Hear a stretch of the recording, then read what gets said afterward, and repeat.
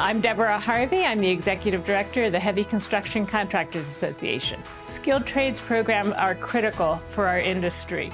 The training of heavy equipment operators, of diesel mechanics, of electricians, welders, all those potential positions are key points for every single one of the contractors in my organization.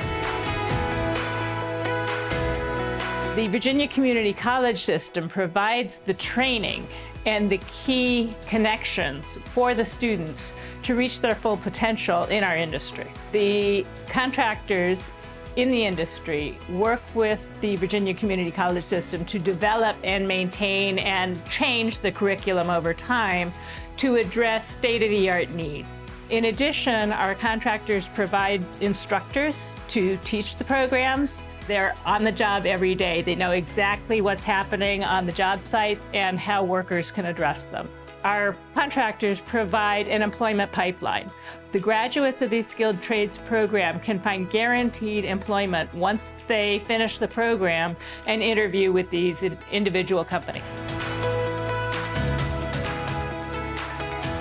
The potential career pathways for anybody entering at an entry level is significant. You can go from a boots-on-the-ground job to a professional six-figure job in just a handful of years in the construction industry.